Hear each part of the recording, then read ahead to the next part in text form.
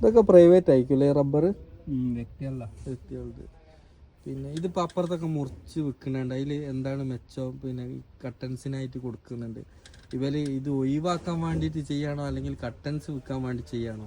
ഒരു കാലാവധി കഴിഞ്ഞ മരം വിൽക്കും. മരമൊക്കെ ബാക്കിയൊന്ന് വില അറിഞ്ഞിട്ട് ഇട്ട് ഒരു മുറിച്ച് ഒരു കൊണ്ടുപോകും. എന്താ ഈ 2-3 ദിവസം മുമ്പ് ട്രാക്ടർ മല മുകളിൽ കണ്ടില്ല, ചുവന്ന മണ്ണ്, അതിൻ്റെ മുകളിൽ നിന്ന് സാധനം മുറിച്ച് തന്നെ ട്രാക്ടറിൽ ഇങ്ങോട്ട് ഇറക്കിയതാണ്. താഴെ വലിയ വണ്ടി വെക്കും, 12 ഏക്കറോ 5 ഏക്കറൊക്കെ. ഇത് ഇങ്ങനെ പ്രായമായി കഴിഞ്ഞാൽ റബ്ബർ പാല് കിട്ടാണ്ട് വരും, അങ്ങനെ തോന്നുന്നുണ്ടോ? അങ്ങനെയാണോ ഒഴിവാക്കുന്നത്? ഇപ്പം നല്ല മുകളിലൊക്കെ ഉണ്ട് ഇത്.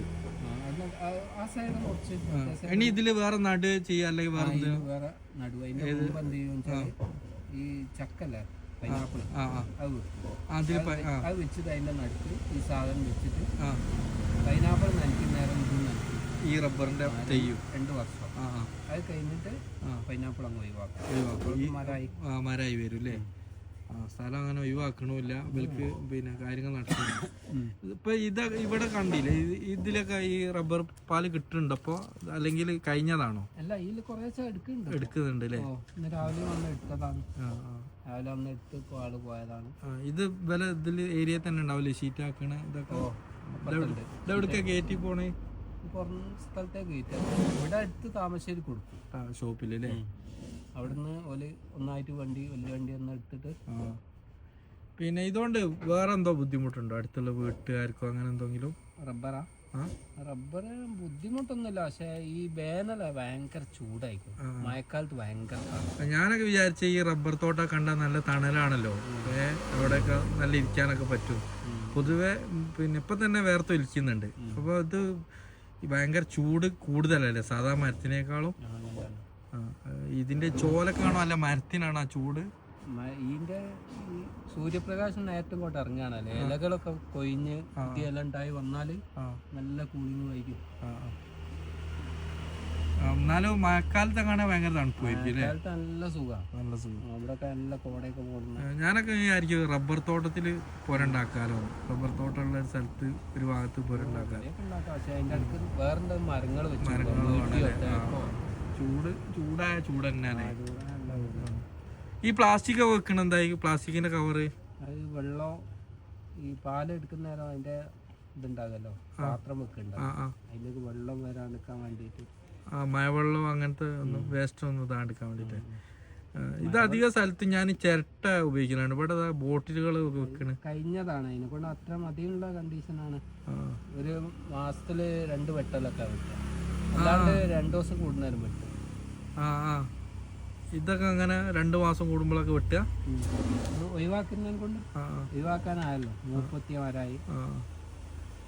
ഇതിന് കട്ടൻസിനും വില കിട്ടാൻ മതി അല്ലേ? നല്ല വില ഉണ്ട്. ഇതെവിടേക്കാ കയറി പോണേ? ഇത് ചില ആൾക്കാർ മലയാളന്മാർ തന്നെ കുറച്ചൊക്കെ ആണെങ്കിൽ മുറിച്ച് കാരണം ഇവിടെ കോരങ്ങാടുണ്ടല്ലോ, അവിടെ കൊടുക്കും, അല്ലെങ്കിൽ പുറത്ത് തമിഴ്നാട് അങ്ങോട്ടൊക്കെ പോകും. ഇതിലൊക്കെ പണി ഇതിന്റെ പ്രായം കഴിഞ്ഞിട്ടുണ്ടാവും. ഇതിലൊക്കെ പൈനാപ്പിൾ വെക്കൂല്ലേ? പൈനാപ്പിള് ഇനിയിപ്പോൾ അപ്പുറത്ത് അവിടെ ഇതാക്കി വെട്ടിയില്ലേ, അതിലൊക്കെ ഇനി അടുത്ത മാസം മുതൽ പൈനാപ്പിൾ വരും. 2-3 വർഷം ഇതായിരിക്കും. ഇതുകൊണ്ട് മെച്ചം ഉണ്ടായിരിക്കില്ലേ? റബ്ബർ ഇപ്പം വില ഉണ്ടല്ലോ, അതിന് കുഴപ്പമൊന്നുമില്ല. ഇത് ഇവിടുന്ന് വേറെ പുറത്ത് കയറി പോകണ്ടോണ്ടല്ലേ? പിന്നെ ഈ ഗോവ, ബോംബെ അങ്ങോട്ട് ടയർ അങ്ങനത്തെ സാധനത്തിനൊക്കെ ഉപയോഗിക്കാൻ മെയിൻ. അല്ല റബ്ബർ പാൽ തന്നെ. ഇതിങ്ങനെ പാലായിട്ട് കയറി പോകണ്ടല്ലേ ഇവിടുന്ന്? ലൂസായിട്ട് ഷീറ്റാക്കി ഇടുമ്പോണ്ട് അല്ലേ? ഏതായിരിക്കും വില, ഷീറ്റിനോ അല്ലെങ്കിൽ പാലിനോ? മടിയന്മാരെന്ത് ചെയ്യും, പാല് കൊടുക്കും, അല്ലാത്തപോലെ ഷീറ്റ് അടിച്ചു കൊടുക്കും. മടിയന്മാരെന്ന് പറഞ്ഞാല് ഷീറ്റ് ഉണക്കി ഇതാക്കാനൊക്കെ ഉള്ള, പിന്നെ അതിനുള്ള സൗകര്യം ഇല്ലാത്തവരും ഉണ്ടാകുമല്ലോ. അല്ലാത്തവര് പിന്നെ ഷീറ്റൊക്കെ ആക്കി ഉണക്കി റെഡിയാക്കി. ഒരു ഏക്കറയിലൊക്കെ ഉള്ള പോലെ അങ്ങനെ പാല് കൊടുക്കുക. അവർക്ക് പിന്നെ അതിന്റെ സംവിധാനങ്ങളൊക്കെ ഉണ്ടാകാൻ മതിയല്ലോ. ഈ 100 ഏക്കറൊക്കെ ഉണ്ട്.